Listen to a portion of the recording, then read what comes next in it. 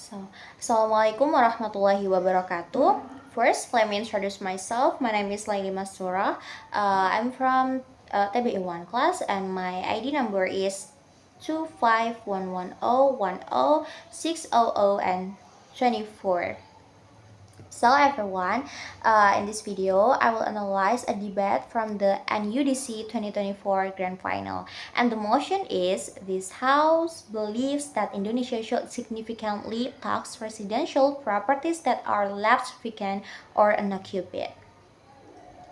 First, I will analyze the motion by identifying the keywords. There are four important keywords from the motion. The first keyword is significantly tax. This means the government will give a much higher tax than usual. The goal is not only to collect money but to change people's behavior, so they will sell or rent their property. And the second keyword is residential properties.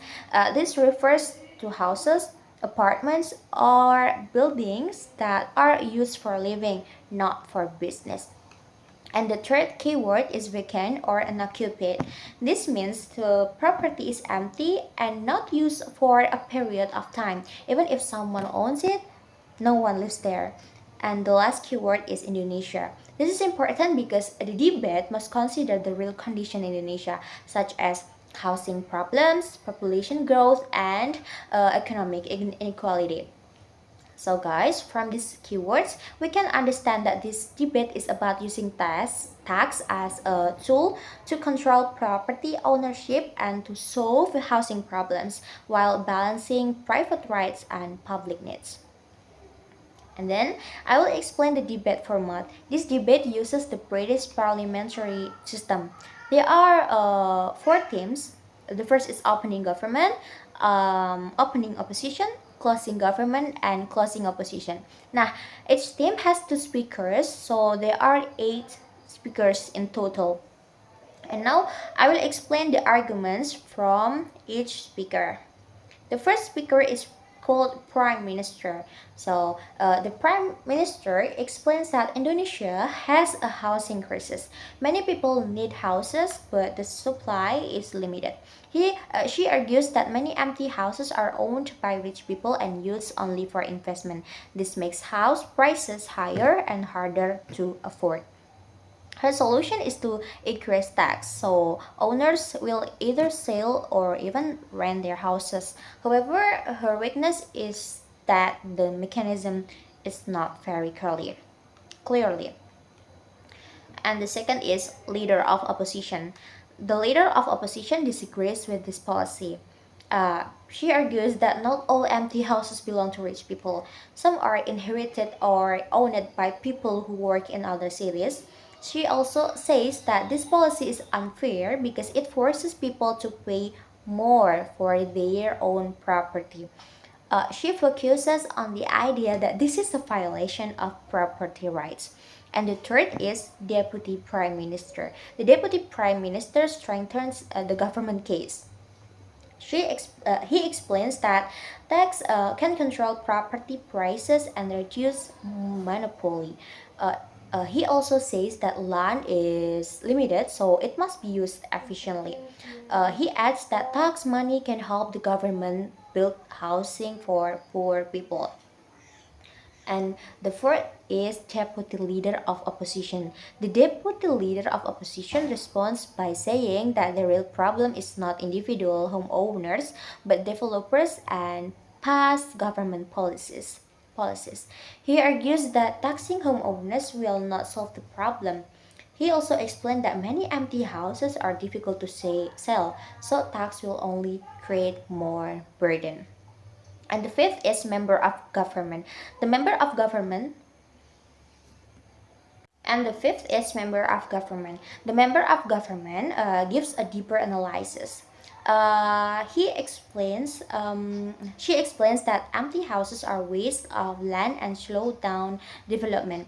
She also says that tax gives owners two choice. It's sell or rent. She argues that this is a peaceful way to solve the problem without taking property directly. And the sixth is member of opposition. The member of opposition focuses on the economic impact. He argues that property owners will increase rent prices to cover the tax. This will make housing more expensive and push middle class people out of cities. And he introduces the idea of gentrification here. And the seventh is government whip. The government whip defends the government side.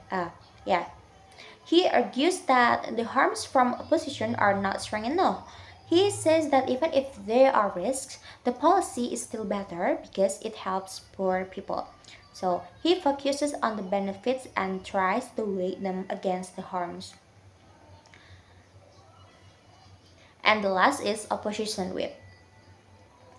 Nah, the opposition whip closes the debate. Now, he argues that the government fails to show a clear mechanism. He also says that the policy will make prices rise faster and worsen inequality. He concludes that this policy is harmful for the majority of Indonesians.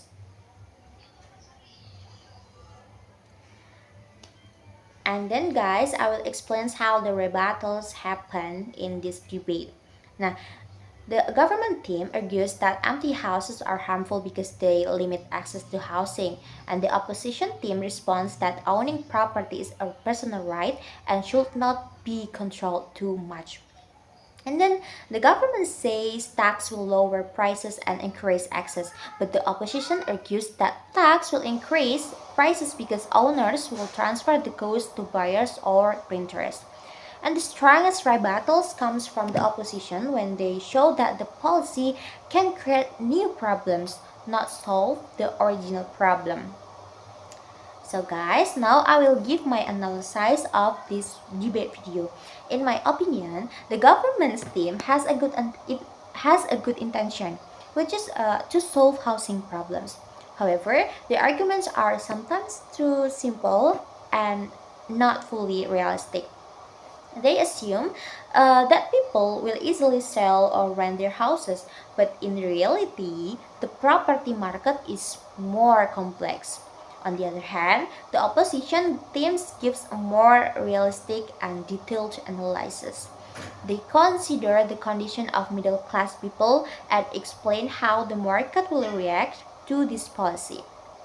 So for the best speaker, I think it comes from the closing opposition team because the speaker gives strong analysis and clear explanation and effective rebuttals. So finally, I conclude that the opposition team should win this debate, guys. This is because they provide stronger reasoning, better understanding of real conditions, and more convincing impacts. So that's it. That's it. That is my full analysis of the debate. So thank you for watching this video from start to finish. So see you later. Bye bye. Assalamualaikum warahmatullahi wabarakatuh.